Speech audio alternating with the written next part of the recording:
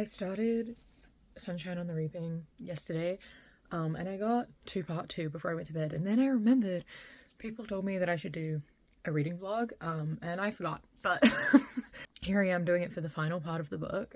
Basically my thought so far is that I'm in so much pain. Oh my god, this book hurts so much.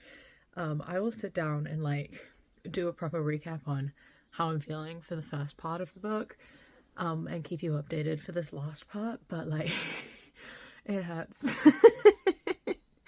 It hurts so much. Like overall, the fact that Haymitch is such a wonderful, kind, lovely, loving person, and knowing what happens, like, oh my god, he is the most kind, wonderful, sweet human in the entire world, and he deserves nothing but the absolute best, and I know that that is the last thing that he gets. And like seeing him so strong in how much he hates the Capitol and how hard he like blew up the fucking water tank in the arena, and his thoughts are just like very much like, fuck the Capitol, I hope everyone fucking dies, I want to like be a rebel against it all. And knowing that and seeing how strong he is in that, and then knowing that he gets like the life sucked out of him when they come in and kill literally everyone that he knows and loves, which like hollows him out and just turns him into someone who will not allow himself to be close to anyone or let anyone into his life, and he just isolates himself and drinks away the pain because of how horrible it is. Like, it fucking hurts. It hurts so much.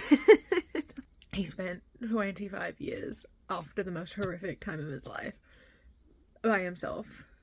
It was hard going to bed last night finishing part 2 because that was pretty fucked up. But yeah, I'll keep you posted as I go with this part. There's gonna be a lot of tears, I'm sure, and I'm meant to be filming like main channel videos today. Like pretty much I'm gonna finish this and then have to get ready to film, and that was a really terrible idea because my emotions, like filming is emotionally draining for me, and my emotions are gonna be fucking gone. So I'm making a mistake, but like, what did you want me to do? Not wake up and read this first thing in the morning? This is my reading time. I can't not read the book, you know? Anyway, wish me luck. Hello, friends. Greatly different setup today. I'm much closer to my face. I'm obviously not wearing any makeup, and that is because, as you can tell by the title, I wanted to try something different today.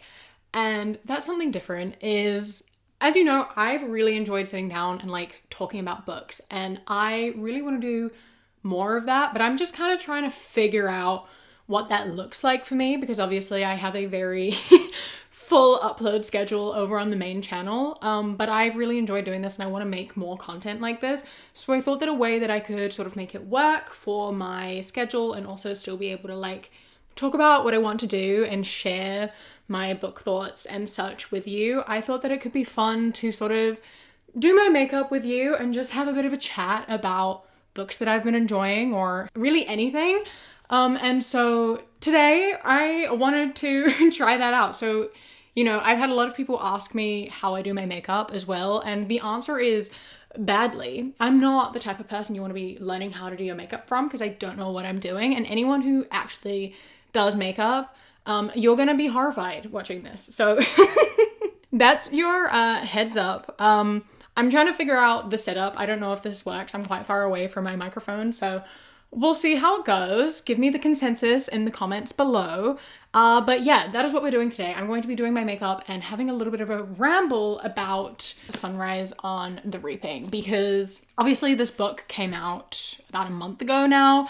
And I read it very quickly, and I've been meaning to make this video for a while, but it's just taken me a while to sort of like figure out what to do, and I want to do it in this like no pressure situation. So I'm gonna do my makeup and I'm just gonna ramble a little bit about my thoughts, and I would love to have a conversation with all of you in the comments about it as well. I love The Hunger Games. I read them for the first time when I was 11, 12, like back when, you know, they first started. That was 2011, 2012 that I started like reading them and getting into them. And then I read them again for school in year 10, so when I was 14. And then I don't think I'd read them at all Up until a month ago, I bought them all and I did a full reread, and it was so good. I really like almost forgot how fantastic these books are. I'm actually going to make a video about that a little bit over on Maine, so keep your eyes out for that. But yeah, Sunrise on the Reaping was phenomenal. It was such a good book. It ripped my heart out and tore it to about a bajillion shreds. And yeah, so I have some thoughts. I have some things that I want to say. And so today I am here to say them, and I hope you enjoyed this video, and if you do, please do not forget to leave a like, comment, and subscribe. Tell me what other book stuff you want to see from me, because I would like to keep doing this. Okay, anyway, I apologize if I'm like looking down here. I have a mirror here, so you might be looking at the top of my head for a little bit, but the setup will get better as I figure out what I'm doing. Okay. Anyway, so obviously Suzanne Collins doesn't write books unless she thinks that there's something she wants to say. You know, like every book she writes has a purpose, and this book's purpose was like to show that what you see, what you are shown by like the government and the media, etc., isn't always the full story. It is not always what you think.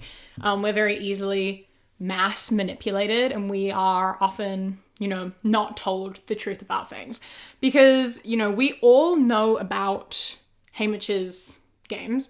We read about them in Catching Fire, and so we thought we had the full story. We thought, like, you know, he went in by himself. He didn't really want to be with anyone while everyone else had allies. He went and hid, he kind of kept to himself, didn't make any friends, didn't really do anything very interesting. Then he discovered the force field, met up with Maisie Lee for a little bit. They separated. He went and checked when she died, and then, you know, he, at the end, threw the axe in the force field, and it flew out and it hit the last person remaining. And he said to Katniss and Peter, that force field trick cost me everything, like my girl, my family, like that trick with the force field cost me everything. And so obviously we thought that was like the extent of the situation, and I always thought that didn't make sense. I never really got that. I was like, but why? Like, all he did was use, you know, the arena to his advantage. Like, he didn't know that was gonna happen.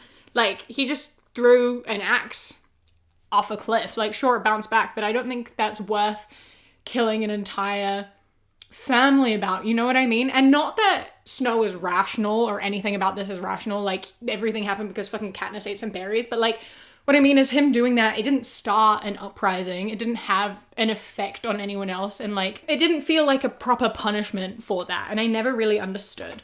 So getting the full context of everything that happened made me be like, oh, okay, that makes a lot of sense. Haymitch, you really undersold yourself with this one.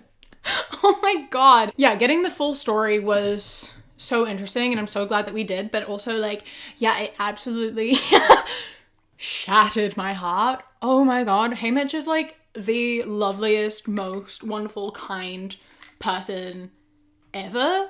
Like, obviously the story started out in 12, where we got a little bit of his life before all of this happened, and we saw him with his covey girlfriend Lenore Dove, whom just, they seemed so happy. Why is this like eating my foundation today? What the fuck? My skin is acting so dry. Why is it so dry? I put on moisturizer and a fucking primer, what the hell? But he just seemed so happy and just like, you know, content and living his life, and it was full of just so many people that he loved and that loved him. And that's what's so heartbreaking about this whole thing, right? Is that like, we know how it ends. You go into this book knowing that his family and the love of his life fucking die. Like, they get killed. You know that at the beginning, and that just makes everything suck so bad. And like finding out so close to the beginning that his best friend was Katniss's dad. Oh, I remember reading that, being like, Bardock was by the tree, he went to get his bow, and I was like, oh my god. That automatic effect of like knowing that, you know, he had to watch his like old best friend firstly fucking die in a mine, and then he got tasked with the task of like mentoring her to her death. Like that was something that he had to do, and I cannot imagine how difficult that would be. So automatically, like, you've already got so many layers of emotion before you even get started in the main bit of the story. And then Lenore Dove and him talking about like the reaping happens like the sun rises, and she's like, I want to see a day where, you know, it's your birthday, because Haymitch's birthday is the reaping day, Jesus Christ, and the sun rises, but it's not the reaping. And I think, you know, knowing everything that we know, that's like everything, you know? The way he was reaped was like horrible. The fucking lady, I don't remember her name. She's someone's sickle. She's the person who was there that is like Effie's job, but she's not Effie. She's like honestly one of, if not my least favorite person we've ever met in this entire series. Like, I hate her so much. Like, she's horrible. And like, I know capital people in general are horrible, but like a lot of them are like horrible in an ignorant way, you know what I mean? Like, we focus on that a lot in the original trilogy, and even Haymitch has it with a lot of people. Like, the prep teams and things, they're just stupid, you know? They're ignorant, they don't really think about anything. Katniss refers to them as like puppies. Like, they are obviously a part of the Hunger Games and they enjoy the entertainment and whatever, which is fucked up, but they're like all so brainwashed that it's hard to hate them. Except this lady, she's the fucking worst. Oh my god. Oh my god. Someone gets fucking shot, and then Haymitch goes to help because his fucking girlfriend's being dragged into it and he wants to protect her. And then she's just like, you, sir, causing disruption? You get to be in the Hunger Games. That's not how this fucking works, man. You can't do that.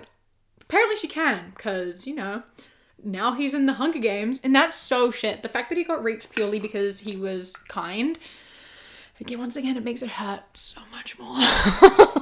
My makeup is so creasy today. Is it just because I'm like in different lighting? Is that what the problem is? Does it usually look like this in this lighting? I don't know. But then he gets raped, and when they're about to go in the train to like go away, you know, they're meant to get a moment to say goodbye, but because this lady is literally the worst and the most horrible person to ever exist ever, she's like, no, you don't get to say goodbye. Into the train you go. Fuck you. Don't get to say goodbye because you're all just making my life difficult and you're animals, yada yada. She's the worst. I want to strangle her to death. But then lo and behold, Plutarch Heavensby is there, and he comes and is like, I'll give you a minute to say goodbye if we film reactions or whatever.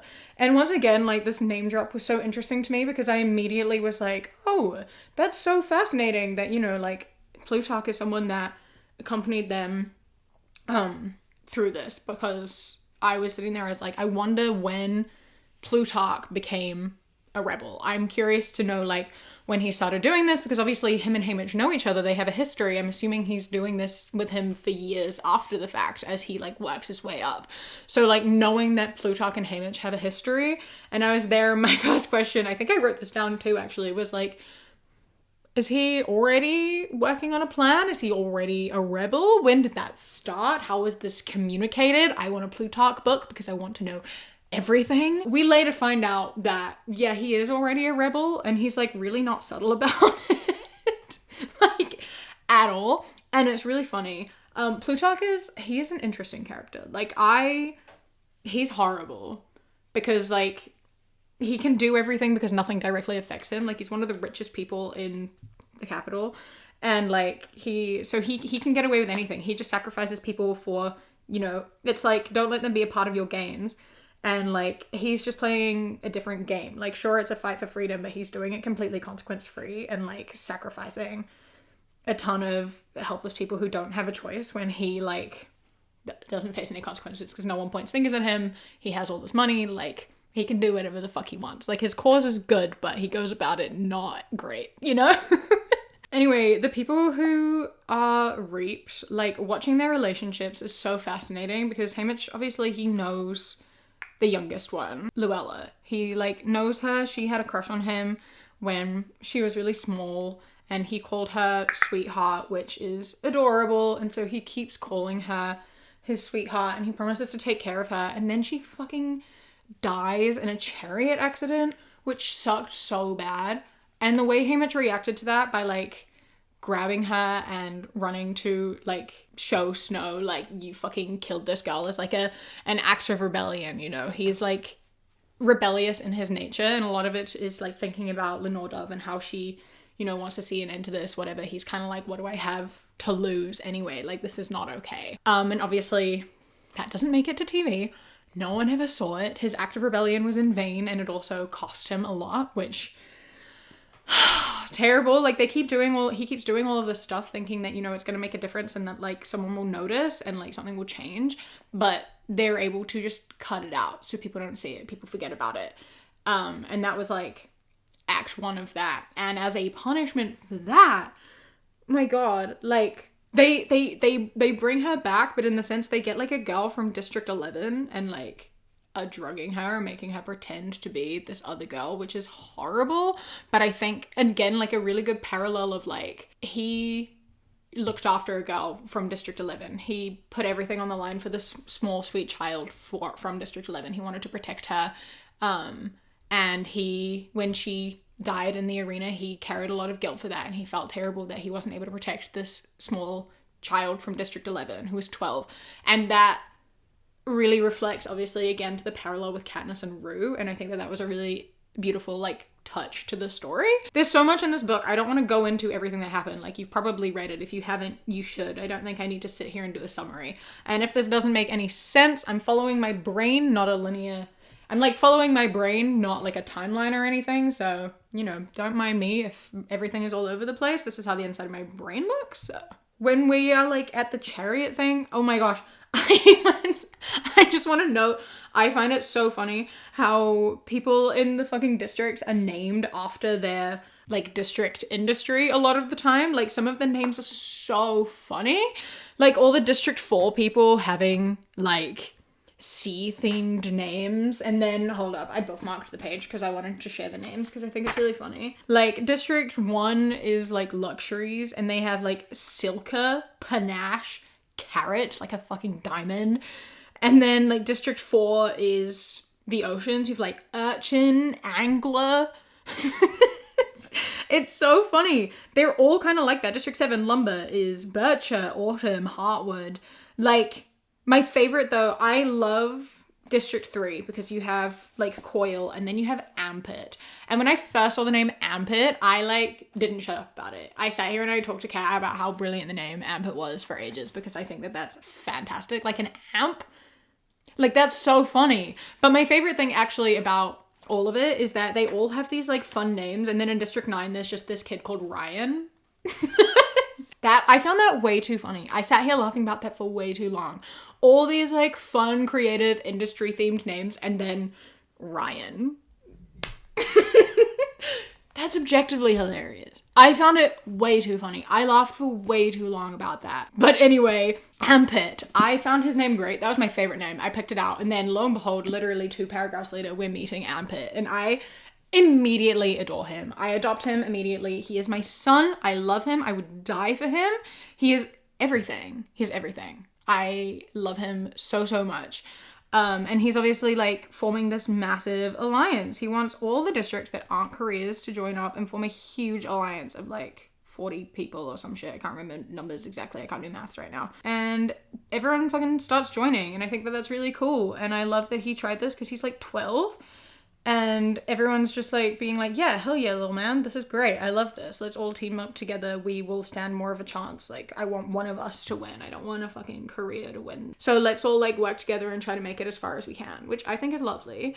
And then when we go into the training, we find out the information that his dad is Beatty. And finding out that his dad was Beatty, like, really fucking through me. I wasn't expecting that at all, and it broke my heart. Like, oh my god, I was so upset finding out that it was like rigged to like draw Ampit's name as a way to punish him, and then forcing him to be like sitting there and watching them train and not being able to do anything. Oh my god, I can't imagine anything worse. Like, that hurt my heart so much, and it also explained a lot about his character in the way, you know, he went on to being such a massive part in the rebellion and creating those horrible, horrible bombs. Like, I get it a little bit, you know?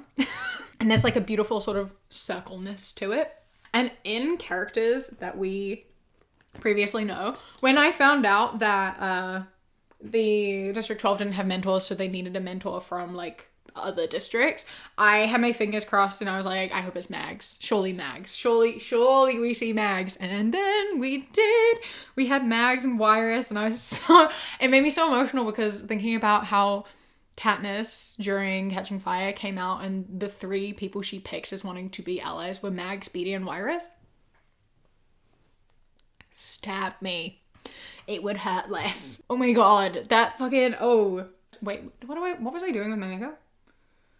How do I normally do my makeup? Why am I stupid? What the hell? Hold up. I need to do a reference check for my own makeup because I'm stupid. Anyway, I'm gonna skip forwards a little bit. Plutarch and Beatty are like planning a massive thing in the arena. They want to blow it up. They want to blow up the heart of the arena. And start working out a plan with Haymitch and Ampit because, you know, if Beatty has to watch his son die, he wants to watch his son go out doing something meaningful. And so they plan to like blow up the arena. And that, my first thought was, fuck's sake, Plutarch, how many kids are you sending into the arena to try blow it up? And then I was like reflecting on everything. And I was like, all the people who were reaped in Catching Fire, like all those people who were reaped, and who worked with them and like Katniss and things, are they all victims to this? Are they all people that tried to help Plutarch? Is every year he just going up to kids he thinks that are like acting defiant and being like, hey, do you want to try to do something? I have an idea. Do you want to try help me like blow shit up? I wonder how many people have tried and failed and they just like didn't win. I'm so curious about how many people Plutarch has like tried to sacrifice in his rebellion game. Like, again, good cause, but like, bro. Bro. Anyway, yeah, so Haymitch obviously has to leave the Alliance to, you know, work on this plan that he can't tell anyone. And he does a fucking bang-up job. He does a top-notch job. He goes in, he, you know, teams up with Ampit. He separates from the group, which we saw in the edited down version that we saw in District 12. He leaves the group while everyone else is in an alliance, and then Ampit comes to join him, and then what we don't see is he fucking manages to sneak under the fucking arena and blow up a fucking water tank, which like temporarily shuts down the arena, and he thinks that he did it. And it was like such a beautiful, beautiful moment. And he was so proud of himself, only to find out that, you know, it was only a temporary setback and it didn't work. The games are still going on. He wasn't successful in shutting it down despite, you know, just kind of signing a death wish there. Mind you, he kind of already signed it. He thought, you know, Snow was going to attempt to kill him because he pulled that stunt with Luella. So, you know, he was already like, well, my death wish is signed anyway. I may as well blow shit up and like he'll kill me anyway. But as soon as he did this, you know, he came out. Obviously we know that he lived, so we know that that's not what's gonna happen. He comes out and Ampit gets fucking eaten by monster squirrels, which is insane. They clean his bones till he's just like a pile of fucking bones, which is horrific. And this keeps happening. The people that he's like pairing up with or whatever keep being targeted and killed, and he's confused. He's like, why the fuck am I left? Why aren't I being targeted? And like, you sit here the whole time, I'm like, he's not killing you because that's not punishment enough for what you've done. You've like been rebellious. You have attempted rebellion. He is gonna hit you where it fucking hurts. He's gonna send you home and make you suffer forever. He's gonna kill your family. Mind you, we had that information already, so like it wasn't a far leap. Obviously he didn't jump there, but with the knowledge that we had, I just sat here like, he wants you to win now because he wants you to suffer. He wants to make you suffer in like the worst way. What you've done this whole time is shown that your biggest weakness is that you care about people. You love people, and the way to hurt you is to kill the people that you love. And so that's what the games kept doing. They kept like targeting the people that he was caring about. And then obviously when the games ended, that was his punishment, is they killed his family. You know, we watch him in this arena and like trying to help people and like keep people safe, and also like figure out how to trick the arena. He's not done. He doesn't want to just blow it up. He wants to see how else he can fuck shit up.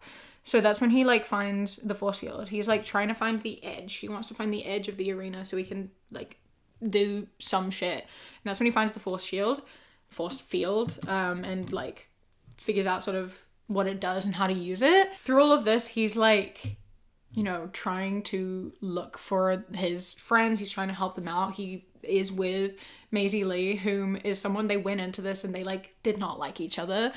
But, you know, something about this experience really bonds you, you know? Like, obviously, you're in this situation, the people you share it with are like, there's no one else who can relate to you like that. And so they got really close and, you know, decided they were like, she was his sister and he was her brother. And it's so beautiful and so soul crushing.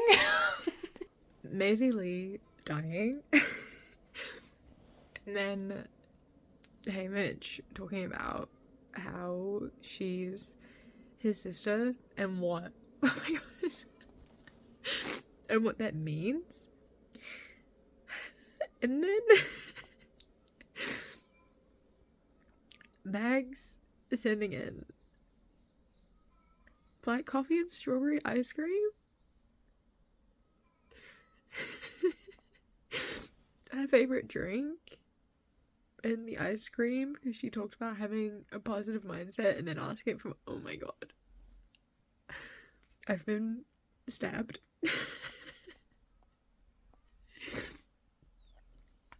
This book.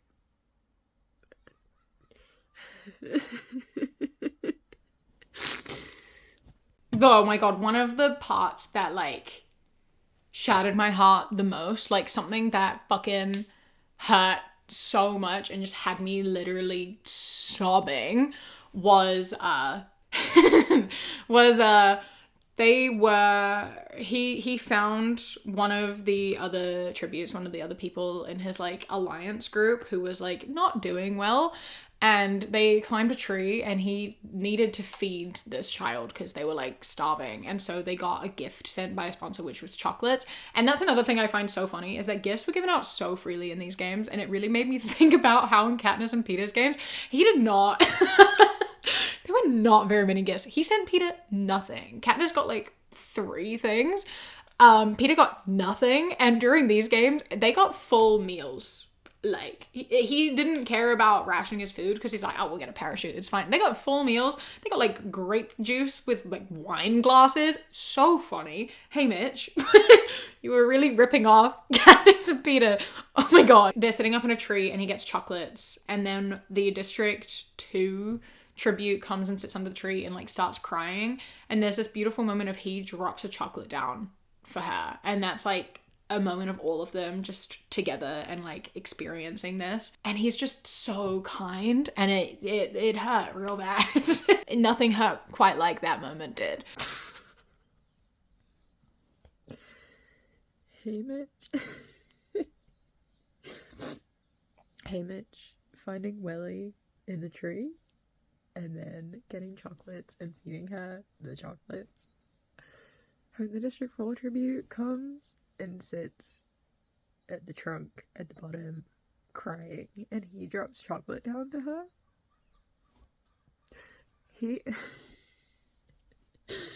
I'm fucking crying because I know what happens to him, and it fucking hurts so bad. He is the kindest, loveliest person ever, and it's completely stripped away from him. It's taken advantage of and taken away. And oh my god.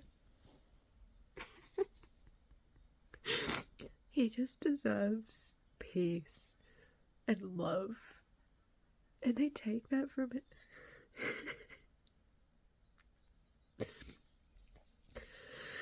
I hate this book. I need to stop talking for a sec while I do my eyeliner. That is not even but you know, it'll do. Yeah, and then after that beautiful moment, everyone else dies, is killed, you know, and then it's just the District 2 tribute and Haymitch left, and he pulls that trick with the force field. Firstly, he gets fucking gutted, like gutted, but manages to do the force field trick, and he's really proud of himself because he, like, you know, used that against him, and he's like, I'm gonna die now, this is great, and he literally says, I die happy. When I tell you, I lost it. I was a fucking mess at that. I spent the entire last part of this book just literally like sobbing. Obviously he did not die. The games have just finished and I fear I am about to start the worst part of the books. There's a lot of pain to come. You know, I know life gets better for Haymitch in like 30 years, but I honestly think it would have been so much better if he'd have just died here like he wanted to. Like, if we're being so for real right now. I'm not looking forward to the rest of this book. I'm really not. It's already been tears for the past like several pages, and I think it's gonna be just solid tears from here on out too, so yay. Yeah, then he does his like interview thing and sees the games for what they are, you know, like he's shown the highlights and like the clips and what the games look like to everyone, and he of course notices that it's been manipulated and edited so much that you can't tell anything that he did. You can't see any act of rebellion that he did. You can't even see that he was like close with anyone. He didn't make any friends. Like, he looks like he was just a loner who had nothing but his best interest in mind, and it didn't show you anything about anything that he did. Obviously, they edited the entire games to erase Haymitch's rebellious acts and whatnot and change the entire narrative. Unsurprising. We already had watched Peter and Katniss watch his games, and obviously they narrated exactly what just happened, so we knew. But Snow just put his crown on and said, enjoy your homecoming, and I want to throw my book out the window. I'm not prepared. I'm crying already and I haven't even started. I'm not prepared for what's about to happen. I know that, like, his entire family, and Lenore Dove, and likely the rest of the Covey, because they're not in the other books, all get killed. I know that happens. I don't want to read it.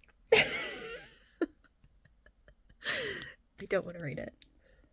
Also the fact that he obviously loses all his friends. They don't die, but he's not friends with them anymore, and I don't want to read that either. I just, like, my book feels like it's, like, made of poison, and I need to get it as far away from me as possible. I really don't want to read it. It's gonna hurt so bad. It's gonna hurt so bad. I think that this is gonna be, like, one of the most painful, upsetting things I've ever read. And I don't think any amount of emotional preparation is going to have me prepared for it. I've been preparing for it this entire book. I've been preparing for it since this book was announced, even, and I am not emotionally ready. Okay. Let the tears flow.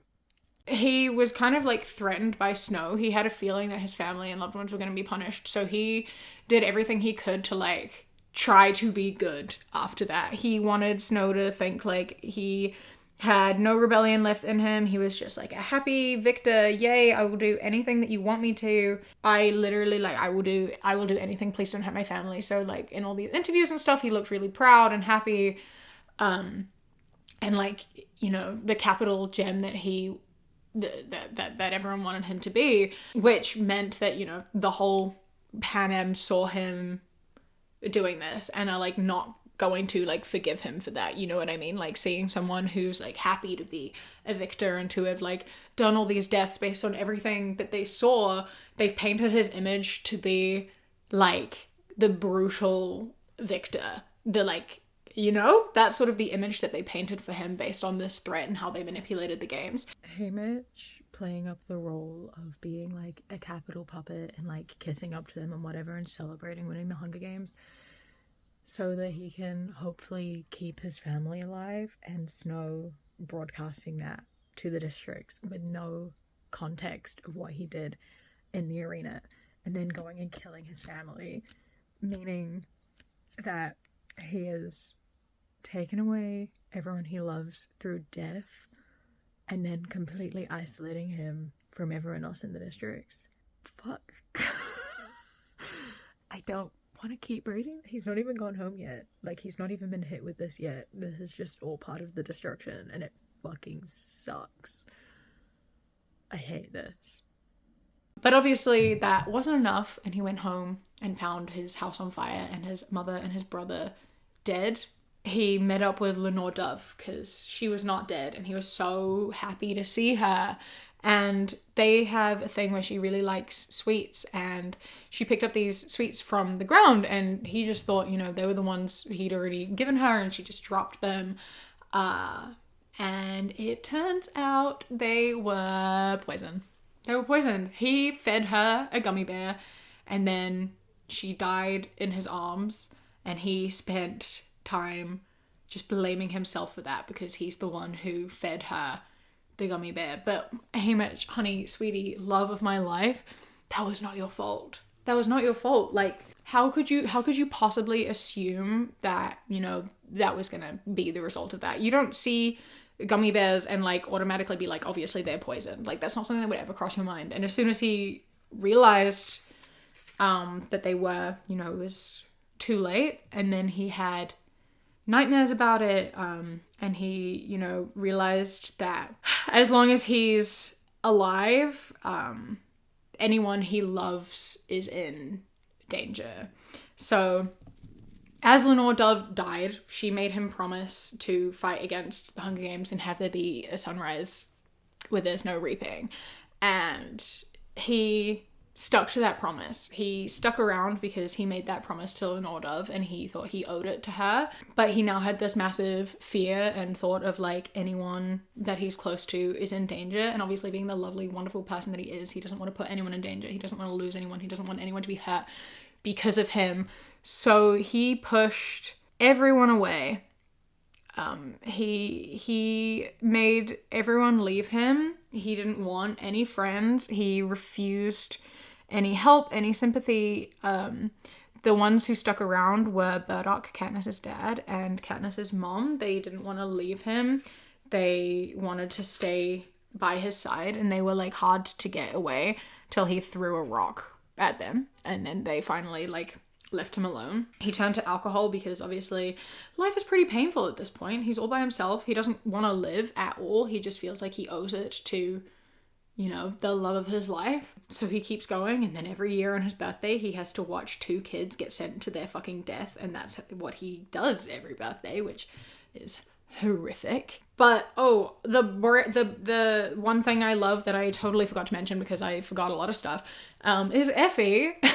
Effie shows up at some point. She like comes in and saves the day, and at the end she takes on the role of the horrible sickle person. She becomes the Effie that we all know now, and like she was the only person on Haymitch's side. She was like looking out for him and like sort of understood mildly what he went through. And I think that was like such a beautiful thing of like Effie was there for him through all of this. Like when he came out, she like gave him support, and she was like the only person there.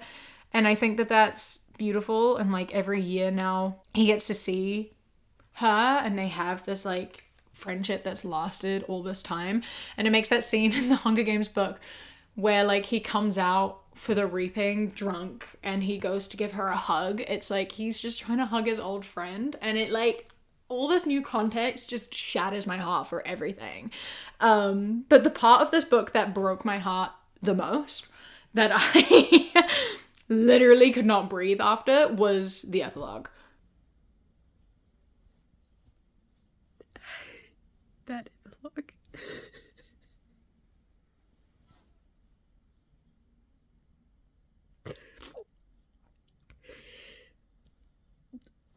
I'll be back when I can speak, because my heart.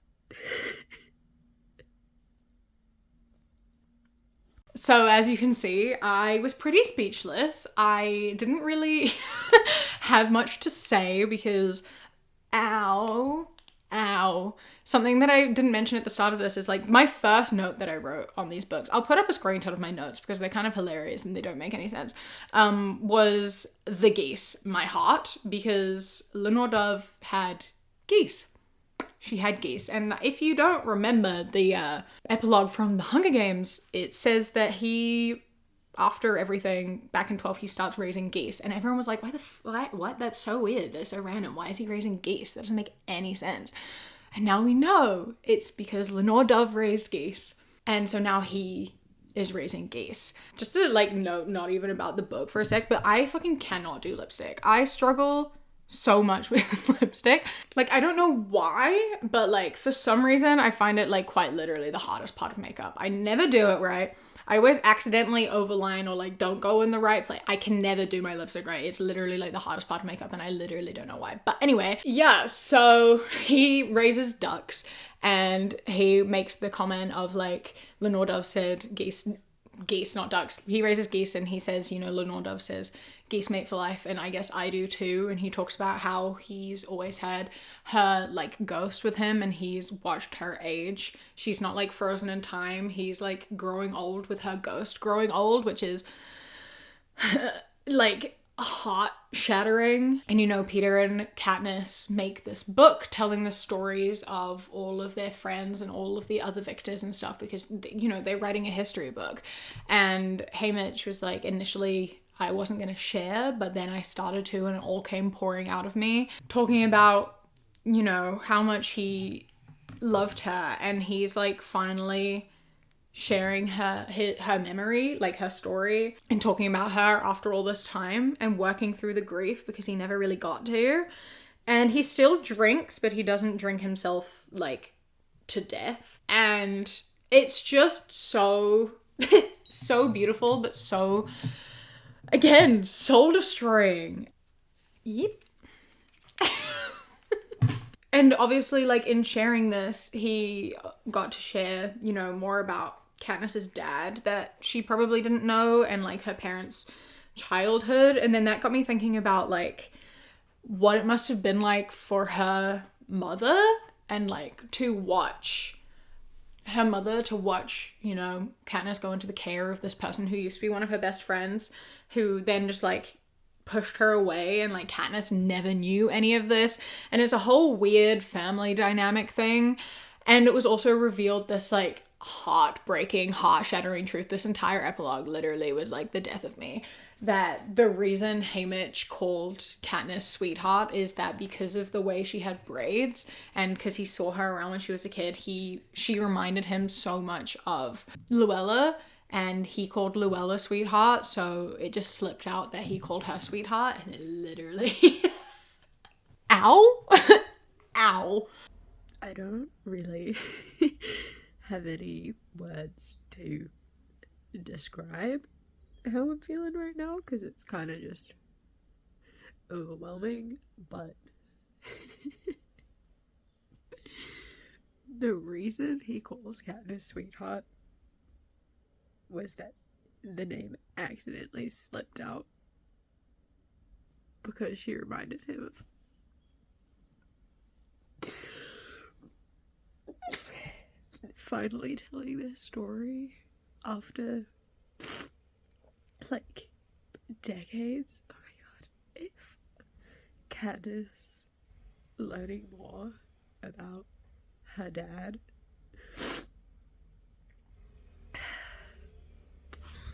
Fuck. Yeah, so basically the most painful thing ever. I'm really glad... Sorry, dry shampoo here. I'm really glad that Haymitch got to, like, heal a bit, even if it took, you know, 25 years. And he obviously saw a sunrise where there was no reaping. And he got to do that for Lenore Dove, and like it's just so beautiful and so painful. So I finished the book. It was so painful. Absolutely phenomenal. Fun, for fuck's sake. Absolutely phenomenal. But obviously emotionally destroying. I'm gonna need some time to compose my thoughts, and then hopefully when you're watching this, it'll be attached to something that makes sense. And yeah, but read with caution, because it will rip your heart out and tear it into a million pieces.